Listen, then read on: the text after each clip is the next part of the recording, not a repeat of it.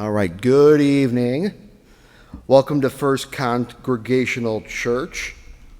I'm trying to get this line. There we go. Those of you who don't know me, my name is Tim Clark. I'm the minister of music here at First Congregational Church, and I'm the master of ceremonies this evening. I want to make sure I see everybody's getting a program. I'm very pleased to resume these Halloween organ concerts here at First Congregational Church. I think the last time they had one was 2016. And of course, in my time away from FCC, when I was at Church of the Master, I started doing these Halloween concerts there and brought the frivolity back with me. So I'm excited to continue that. You're going to be hearing some spooky music this evening, music that you would not ordinarily hear during a worship service, or otherwise the worship and ed team is going to have some words with me. This is music that was either written for the organ or at least had the organ in mind, and because of the spooky sound associated with it, the reason why it sounds spooky is because it's all written in a minor key, and so everyone attributes that with being scary. All right, the piece that I just played was called Tubular Bells, written by British composer Mike Oldfield in his debut album he released in May of 1973. Another thing about my concerts is I always put in a tidbit of information in there. He was only 19 years old when he wrote the piece. And while not a critical success when it first came out, when The Exorcist came out in December of 1973, they used that piece of music as the title theme, and the popularity immediately exploded. All right, and this next piece that I'm going to play, the first one you're going to hear on the organ, and people say it's the way that every organ concert should open with, is the Toccata and Fugue in D minor, famously attributed to Johann Sebastian Bach. And I say attributed because for the past 40 or so years, there's been speculation that Bach may not have written the piece, or it might have been, another Bach that wrote the music. But regardless, until more information comes about, it's a piece of music that's attributed to Johann Sebastian Bach. Yeah, regardless who wrote it, it's been used in movies such as, 1931, Dr. Jekyll and Mr. Hyde, the 1946 re-release of Disney's Fantasia, the 1950 film Sunset Boulevard, and then the 1954 film 20,000 Leagues Under the Sea. That has contributed significantly to its popularity. But obviously, when it was first written, Bach or whomever did not have Halloween in mind when they wrote it. And just remember, I'm going to be playing the toccata and the fugue. So there's going to be a slight break in between, but enjoy this piece.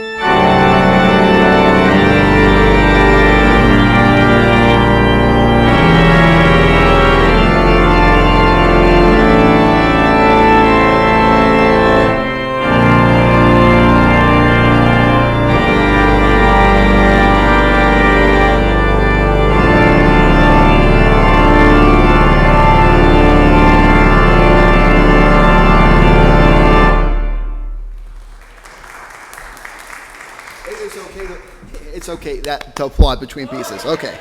You just weren't sure if it was done. All right.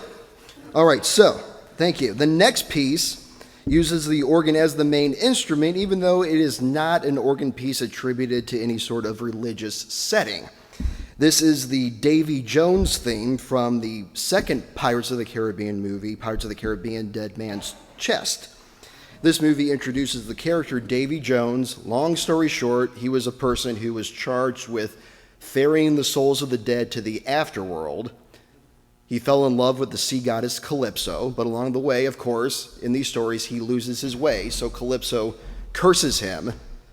But his love for her never died. He carried a music box around his neck to remind himself of her, and then occasionally, like every tragic character, he's got, a pipe organ on his ship that he furiously plays because he's so distraught over the loss of his love and the life that he has ended up with. So that is what I am playing. And this particular piece of music makes use of what's called an organ harp and an organ celeste. It's nothing digital or electronic. It uses special wooden pipes in there and hammers that hit the pipes to mimic the sound of a harp, and then I throw an octave on top of that to make it sound like a celeste. So I hope you enjoy this piece written by Hans Zimmer.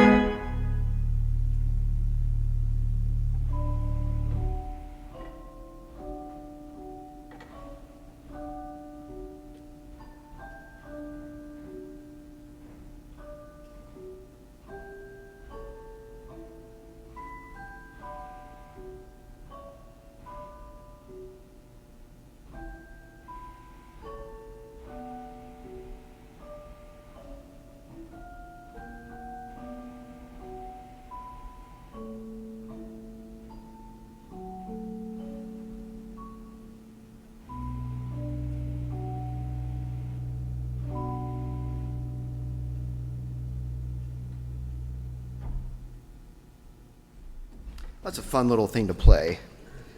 I was practicing that this afternoon, and Hannah was like, she had never heard the harp before. She's like, I didn't know that it could do that. I'm like, well, when it works, it does. All right. So now, returning to a more religious-based piece of music, we have these two selections from Suite Gothique by French organist Léon Boëllmann, who composed this in 1895. The suite consists of 4 movements. I will be playing the first one and the final one. Occasionally, I play the third movement at church. Although Leon's life was cut short by pneumonia when he was only 35 years old, the few organ works that he composed live on infamously and are part of any good organist repertoire. So here is the first movement, entitled the Choral, or the introduction, and then the final, which is the Toccata.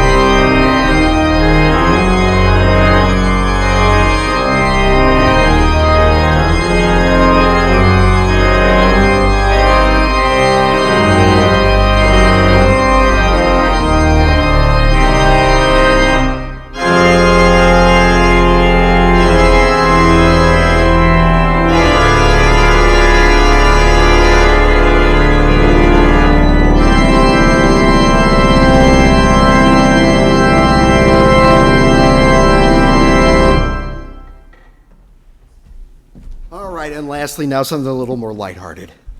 All right, and we're closing the concert tonight with a piece not written for the organ, but definitely one associated with Halloween. It is from the 1993 Tim Burton film, The Nightmare Before Christmas. And this music was composed by Danny Elfman. You may also know him from other Tim Burton movies like Beetlejuice, Edward Scissorhands, and then, of course, the TV show The Simpsons. So enjoy.